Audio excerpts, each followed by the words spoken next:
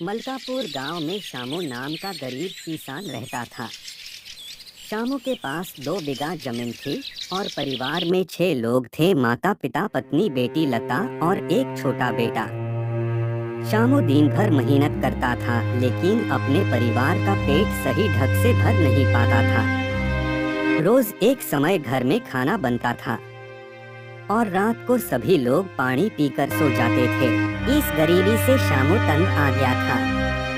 एक दिन शामू अकेले ही बैठकर रो रहा था, तभी उसको उसकी लड़की लता ने देख लिया और अपने पिता के पास आकर बोली, बाबा आप बड़े दुखी लग रहे हो, क्या बात है? नहीं बेटा, कुछ नहीं।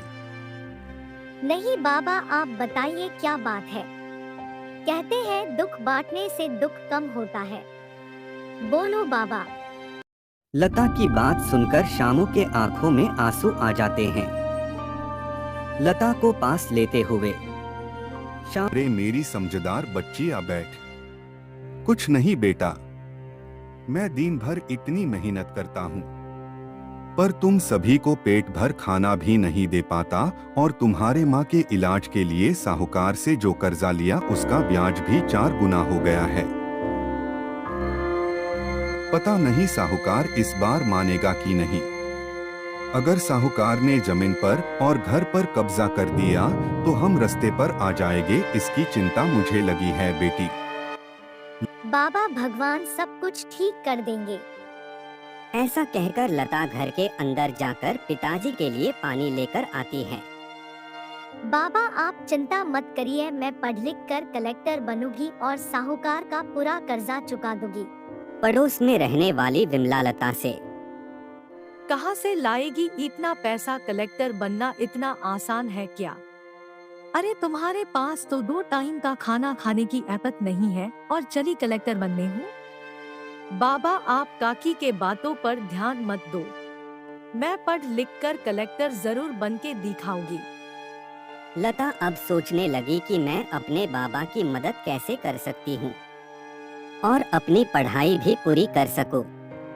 पास वाले गांव में लता का मामा देवधर रहता है। लता सुबह स्कूल गई और स्कूल छूटने के बाद अपने मामा देवधर के घर गई। लता तू जीजू कहाँ है? नहीं मामा, मैं अकेली आई हूँ। मामा मुझे आपसे थोड़ी मदद चाहिए। बोल लता। मामा को लता घर की सारी हकीकत बताती है। मामा बाबा की ऐसी दशा मैं देख नहीं सकती। मैंने ठान लिया, अब मैं कलेक्टर जरूर बनूंगी। मामा कुछ नहीं, मुझे 200 रुपए चाहिए। क्या करेगी 200 रुपए का? यह मत पूछो मामा, मैं जल्दी ही लौटा दूंगी। लता तेरी हिम्मत की दाद देनी पड़ेगी। हम बड़े इतना नहीं सोच सकते, उसके आगे तूने सोच लिया। ये ले पैसे और मुझे वापस मत करना। लता मामा से पैसे लेकर बाजार से कुछ खिलौने खरीद कर बेचना शुरू करती है। खिलौने ले लो, खिलौने, सुंदर सुंदर खिलौने। रोज लता स्कूल के बाद खिलौने बेचने लगी। रात में पढ़ाई करती थी। लता का स्कूल में हमेशा पहला नंबर आता है। लता ने साहूकार का थोड़ा कर्जा चुकाया। अब उसके धंधे में माँ और दादी भी साथ देने लगी थी। लता का 12वीं के परीक्षा में पूरे राज्य में पहला नंबर आता है। उसे स्कॉलरशिप मिलती है। आगे की पढ़ाई के लिए लता शहर जाती है। 5 साल तक लता की कोई खबर नहीं आती। एक साल प्रदेश में जोरदार तूफान और बारिश से भारी नुकसान होता है। सबसे ज्यादा झड़ लता के गांव मलकापुर को पड़ती। यहाँ लोगों के घर उद्ध्वस्त हो जाते हैं और खेतियां बर्बाद हो जाती है। लोग खाने के लिए त्राही त्राही हो जाते हैं। गांव के सरपंच को खबर मिलती है, सरकार की तरफ से कलेक्टर नुकसान का मुआयना करने आने वाले हैं। सरपंच पूरे गांव को इकट्ठा करता है। गांव के चौक में 3 सफेद गाड़ियां आकर रुकती। एक गाड़ी से पुलिस बाहर आकर दूसरे गाड़ी का दरवाजा खोलते तो एक लेडी कलेक्टर को देख गांव के लोग दंग रह जाते हैं।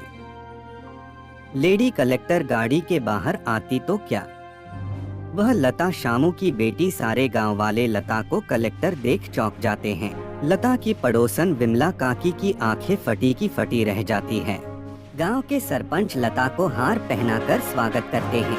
लता अपने पिता के गले लगती है, पांव छूकर आशीर्वाद लेती। यह दृश्य देख लोग लता का जय जयकार करते हैं और लता गांव में हुए नुकसान का मुआयना करती है। तुरंत सारे गांव को मदद पहुंचाती है। कहानी का तात्पर्य, आप अगर ठान लेते हैं तो सारी कायनात आपके साथ जुट जाती है।